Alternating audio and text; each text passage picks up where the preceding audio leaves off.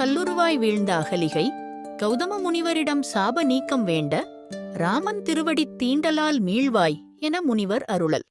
வணக்கம் நண்பர்களே. கடந்த பாடலில் கற்புக்கரசியான அகலிகை இந்திரனால் ஏமாற்றப்பட்டு தவத்தழல் கொண்ட கௌதம முனிவரின் கடும் சாபத்தால் ஒரு கரிய கல்லாய் வீழ்ந்ததை கண்டோம். அந்த நொடியில் உயிர் இருந்தாலும் உருவம் இழந்த உயிருள்ள கல் பிண்டமாய் பூத உடலுடன் ஒரு பெண்மணி அங்கே வீழ்ந்து கிடந்தாள். கல்லாகி போன போதும் அவளது ஆன்மா கதறியது. அந்த அவலக்குரல் தவப்பெரும் செல்வரான கௌதம முனிவரின் செவிகளை எட்டுகிறது. அந்த பெரும் துன்பத்தின் உச்சத்தில் அகலிகை தன் உள்ள குமுறலை ஒரு மன்றாட்டாய் முனிவர் முன்வைக்கிறாள். பிழைத்தது பொறுத்தல் என்றும் பெரியவர் கடனே, அன்பால் அழல் தருங்கடவுள் அன்னாய், முடிவு இதற்கு அருளுக என்ன? தழைத்து வண்டு இமிரும் தன் தார்த்த தசரதராமன் என்பான். கழல் துகள் கதுவ இந்த கல் உருத்தவிர்தி என்றான். கல்லாக வீழ்ந்த அந்த அகலிகை தன் உடல் கல்லாகி போனாலும் உள்ளம் அழல்வதனால் அந்த கல் உருவத்தினுள்ளிருந்தே ஒரு மெல்லிய குரலாய் நெஞ்சை உருக்கும் மன்றாட்டாய் கௌதம முனிவரை பார்த்து வேண்டுகிறாள். பிழைத்தது பொறுத்தல் என்றும் பெரியவர் கடனே, அன்பால் ஐயனே, பெருந்தகையே, அறியாமல் பிழை செய்தவர்களை மன்னிப்பது, பொறுத்து கொள்வது எப்போதும் பெரியவர்களின் கடமையல்லவா?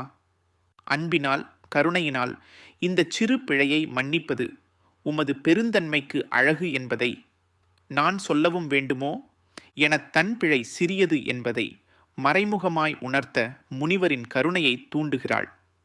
ஒரு உயிர் தான் செய்த தவறுக்கு கிடைத்த தண்டனையை உணர்ந்து மனம் உருகி வேண்டுவதைக் காட்டிலும் இந்த உலகத்தில் மனதை உருக்கும் காட்சி வேறது இருக்க முடியும்?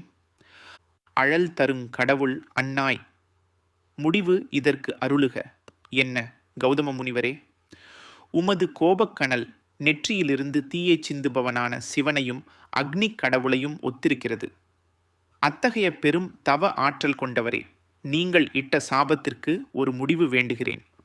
இந்த துயரத்திலிருந்து நான் மீண்டு வர ஒரு வழி சொல்ல வேண்டும் என்று கண்ணீரும் கம்பளையுமாய் அந்த கல் உருவத்தின் உள்ளிருந்து வேண்டுகிறாள். கல்லான உடல் பேச முடியாமல், அசைய முடியாமல், மூச்சு விட முடியாமல் துடிக்கும் ஒரு பெண்ணின் அழுது புலம்பும் குரல் அங்கே மெல்லியதாய் ஒலித்தது. அந்த குரல் கல்லின் கடினத்தையும் முனிவரின் கோபத்தையும் ஒருங்கே உடைத்தது. கோபத்தின் உச்சியில் இருந்த கௌதம முனிவரின் மனம் அந்த மன்றாட்டை கேட்டு ஒரு கணம் அசைந்தது.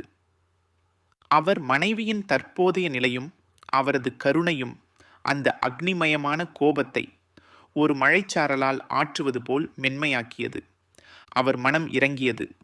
உடனே அகலிகைக்கு சாப விமோச்சனம் அருள ஒரு வழி கூறுகிறார். தழைத்து வண்டு இமிரும் தன் தார்த்த தசரத ராமன் என்பான் கழல் துகள் கதுவ இந்த கல் ஒரு தவிர்தி என்றான். செழிப்புடன் பூத்து குலுங்கி வண்டுகள் ரீங்காரமிடும் குளிர்ந்த மாலையை அணிந்த தசரதன் குமாரன் ராமன் என்பான் வருவான்.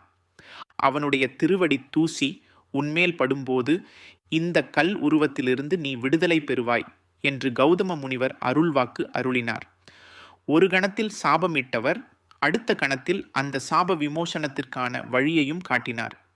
ஆம், இந்த உலகத்தில் எந்த பிரச்சனையும் நிரந்தரம் இல்லை என்பதை பெரியவர்கள் உணர்ந்தவர்கள்.